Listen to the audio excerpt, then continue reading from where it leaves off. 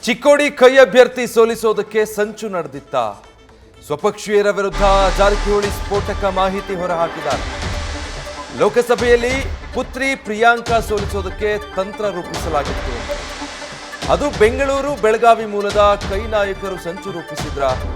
ಈ ಬಗ್ಗೆ ಸ್ವತಃ ಸಚಿವ ಸತೀಶ್ ಜಾರಕಿಹೊಳಿ ಹೇಳಿದ್ದಾರೆ. ಕಾಂಗ್ರೆಸ್ ಅಭ್ಯರ್ಥಿ ವಿರುದ್ಧವೇ ಈ ಶಾಸಕರು ಕೆಲಸ ಮಾಡಿದ್ದಾರೆ.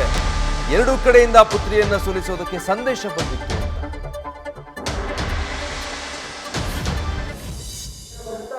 ಎಲ್ಲ ಪಕ್ಷದಲ್ಲಿ ಎಲ್ಲ ಸೋಲ್ಸಕ್ಕೆ ಅದು BJP ಆಗು ಮೊನ್ನೆ ಅದು ಅವ್ರದ್ದು ಬಂದಿಲ್ಲ, ನೀವು ಸೋಲ್ಸಾಕ ಅವರು ಜಗಳಾಡ್ರು.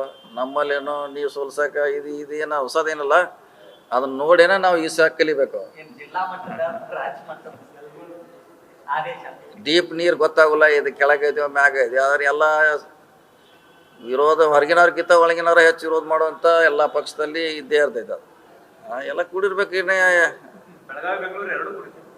ಎಲ್ಲ ಕಡೆ ಕೂಡಿರ್ಬೇಕು, ಮಿಕ್ಸ್ ಆಗಿರ್ಬೇಕು. ಅದು ಹೇಳಕ್ಕೆ ಆಗೋಲ್ಲ ಎಲ್ಲಿದ ಅಂತ.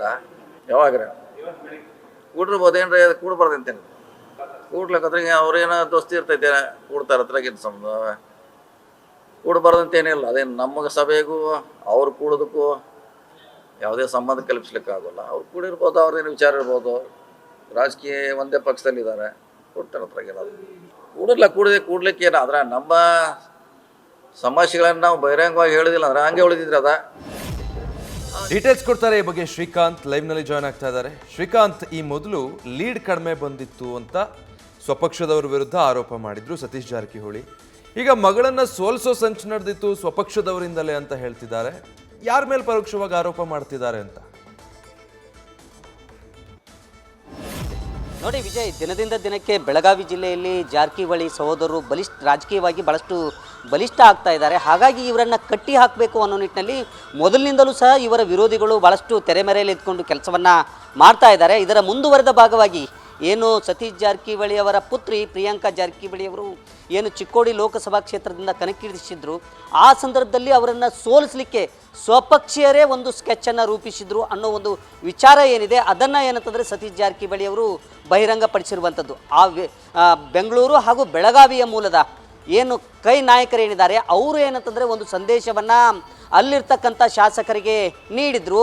ಆ ಹಿನ್ನೆಲೆಯಲ್ಲಿ ಅಲ್ಲಿರ್ತಕ್ಕಂಥ ಲಕ್ಷ್ಮಣ್ ಸವದಿ ಜೊತೆಗೆ ಮಹೇಶ್ ತಮ್ಮಣ್ಣವರು ಸೇರಿದಂತೆ ಕೆಲವು ಏನು ಶಾಸಕರಿದ್ದಾರೆ ಅವರು ಇನ್ನೂ ಚುನಾವಣೆ 2-3 ದಿನಗಳು ಬಾಕಿ ಇರ್ತಕ್ಕಂಥ ಸಂದರ್ಭದಲ್ಲಿ ಅವರು ಸಂಪೂರ್ಣವಾಗಿ ಸೈಲೆಂಟ್ ಆದರು. ಜೊತೆಗೆ ತೆರೆಮರೆಯಲ್ಲಿ ಪ್ರಿಯಾಂಕಾ ಜಾರಕಿಹೊಳಿ ಅವರನ್ನು ಸೋಲಿಸಲಿಕ್ಕೆ ಪ್ರಯತ್ನವನ್ನು ಪಟ್ಟರು ಅನ್ನೋ ಒಂದು ವಿಚಾರ ಏನಿದೆ. ಖುದ್ದು ಏನಂತಂದರೆ ಸತೀಶ್ ಜಾರಕಿಹೊಳಿ ಅವರೇ ಈ ವಿಚಾರವನ್ನು ಮಾಧ್ಯಮಗಳಿಗೆ ಹೇಳಿರುವಂಥದ್ದು.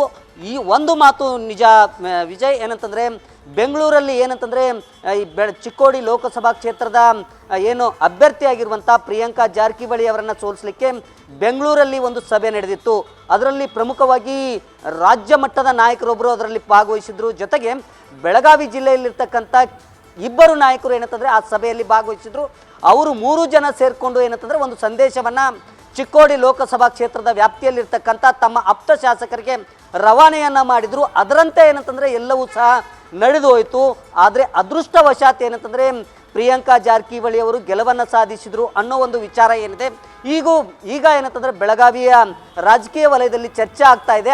ಆದರೆ ಎಲ್ಲರಿಗೆ ಗೊತ್ತಿರುವಂಥ ವಿಚಾರ ಏನಂತಂದರೆ ಇವರ ವಿರೋಧಿಗಳು ಯಾರು, ಅವರೇ ಈ ಕೆಲಸವನ್ನು ಮಾಡಿದ್ದಾರೆ ಅನ್ನೋ ಒಂದು ವಿಚಾರ ಏನಿದೆ ಈಗ ಚರ್ಚೆ ಆಗ್ತಾ ಇರುವಂಥದ್ದು. ಹಾಗಾಗಿ ಸಹಜವಾಗಿ ಏನಂತಂದರೆ ಸತೀಶ್ ಜಾರಕಿಹೊಳಿ ಅವರ ಈ ಸ್ಫೋಟಕ ಹೇಳಿಕೆ ಏನಿದೆ ಇದು ಕಾಂಗ್ರೆಸ್ ವಲಯದಲ್ಲಿ ಭಾಳಷ್ಟು ಚರ್ಚೆಯನ್ನು ಹುಟ್ಟಾಗ್ತಾ ಇರುವಂಥದ್ದು ವಿಜಯ್. ಸೊ ಶ್ರೀಕಾಂತ್, ನೀವು ಹೇಳಿದಾಗೆ ಅವರು ಕೂಡ ಹೆಸರು ಹೇಳಿಲ್ಲ, ಬಟ್ ಕಾಂಗ್ರೆಸ್ನಲ್ಲಿ ಈಗಾಗಲೇ DCM ಚರ್ಚೆ, CM ಬದಲಾವಣೆ ಚರ್ಚೆ, ಎಲ್ಲದರ ಮಧ್ಯೆ ಸತೀಶ್ ಜಾರಕಿಹೊಳಿ ಅವರ ಈ ಆರೋಪ ಮತ್ತೊಂದು ಚರ್ಚೆ ಭುಗಿಲೇಳೋ ಹಾಗೆ ಮಾಡುತ್ತಾ ಅಂತ. ಹೌದು ವಿಜಯ್, ಏನಂತಂದರೆ ಭಾಳಷ್ಟು ಏನಂತಂದರೆ ಅಸಮಾಧಾನಗೊಂಡಿದ್ದಾರೆ. ಯಾಕಂದರೆ ಸತೀಶ್ ಜಾರಕಿಹೊಳಿ ಅವರು 2 ಲಕ್ಷದವರೆಗೆ ಏನಂತಂದರೆ ತಮ್ಮ ಪುತ್ರಿ ಪ್ರಿಯಾಂಕಾ ಜಾರಕಿಹೊಳಿ ಅವರಿಗೆ ಲೀಡ್ ಸಿಗ್ಬೋದು ಅನ್ನೋ ಒಂದು ಲೆಕ್ಕಾಚಾರದಲ್ಲಿದ್ದರು. ಆದರೆ ಏನು ಕಾಂಗ್ರೆಸ್ನ ಒಳಗೆ ಇರ್ತಕ್ಕಂಥ ಕೆಲವು ಶಾಸಕರು ಈ ಒಂದು ಸಂಚನ್ನು ರೂಪಿಸಿದ್ದಾರೆ ಅನ್ನೋ ಒಂದು ವಿಚಾರ, ಅದರಲ್ಲೂ ಸಹ ಏನಂತಂದರೆ ಒಬ್ಬ ಪ್ರಮುಖ ಏನಂತಂದರೆ ಮಹಾನ್ ನಾಯಕರು ಇದರಲ್ಲಿ ಕೆಲಸ ಮಾಡಿದ್ದಾರೆ ಅನ್ನೋ ಒಂದು ವಿಚಾರ ಏನಿದೆ ಅದು ಈಗ ಭಾಳಷ್ಟು ಚರ್ಚೆಯನ್ನು ಹುಟ್ಟಾಗ್ತಾ ಇರುವಂಥದ್ದು. ಹಾಗಾಗಿ ಸಹಜವಾಗಿ ಸತೀಶ್ ಜಾರಕಿಹೊಳಿ ಈ ನಾಯಕರ ಬಗ್ಗೆ ಅಂದರೆ ಮೊದಲಿನಿಂದಲೂ ಜಾರಕಿಹೊಳಿ ಅವರನ್ನು ಕಟ್ಟಿ ಹಾಕಲಿಕ್ಕೆ ಏನು ಕೆಲಸ ಮಾಡ್ತಾ ಇದೆ ಕಾಣದ ಕೈಗಳು, ಅವೇ ಈ ಚುನಾವಣೆಯಲ್ಲೂ ಸಹ ಕೆಲಸ ಮಾಡಿವೆ ಅನ್ನೋ ಒಂದು ಗಂಭೀರ ಆರೋಪವನ್ನು ಸತೀಶ್ ಜಾರಕಿಹೊಳಿ ಅವರು ಮಾಡ್ತಾ ಇರುವಂಥದ್ದು.